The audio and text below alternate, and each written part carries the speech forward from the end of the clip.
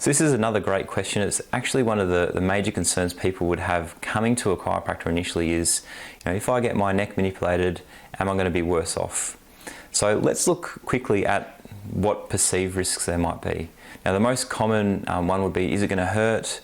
Am I going to do more damage? Is it going to leave me in more pain?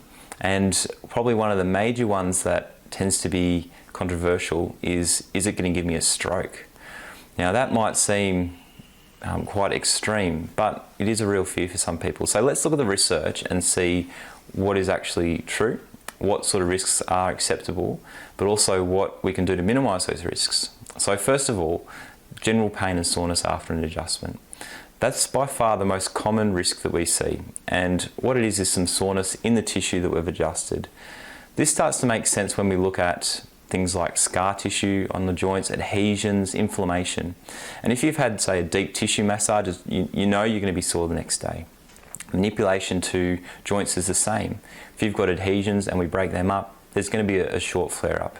And about 1 in 3 people who experience this lasts for about 24 hours and self-resolves.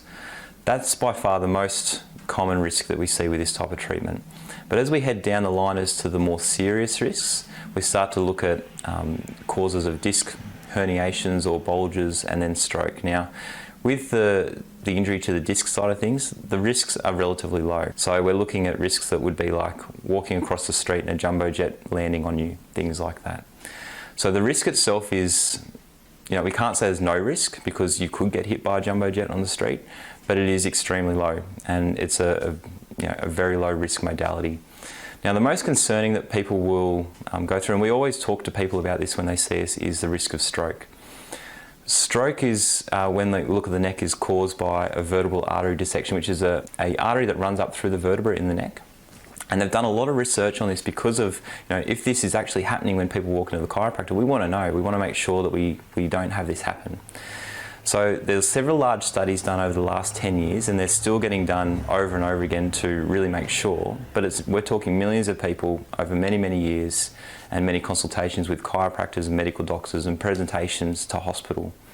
And what they've found collectively over this many, many years is that there's no difference in the risk of someone seeing their chiropractor, their GP or the hospital and suffering a stroke. And so what they concluded was that the people that saw the chiropractor and the people that saw the GP both presented with a form of neck pain and headache. And regardless of what treatment was delivered, whether this was massage, stretching, an adjustment to the neck, some medication from the doctor, that person still went on to have that stroke. And this is actually more a form of misdiagnosis than treatment risk. So it didn't matter if someone got their neck adjusted or not, the person still went on to have the stroke. And so the conclusion essentially was that the manipulation of the neck or the adjustment of the neck or even the GP giving medication didn't cause the stroke. The reason that the person presented to that person initially was because they had a stroke in progress and that was causing their pain that then led them to go and seek help. So when we look at the risk of stroke, the main thing that we want to look at is that we're diagnosing correctly. So we do several tests, we do orthopedic exams, we test those arteries in different positions of the neck to see if it replicates the symptoms. We do a neurological test to make sure there's no stroke occurring before we'd even get to the point of adjusting someone's neck. So those things we try to screen out very early on. The risk itself is so low and rare that it's almost hard to put a number on it, but you'll see in the research I'll put in here that we're talking in the hundreds of thousands to millions of consultations that this occurs.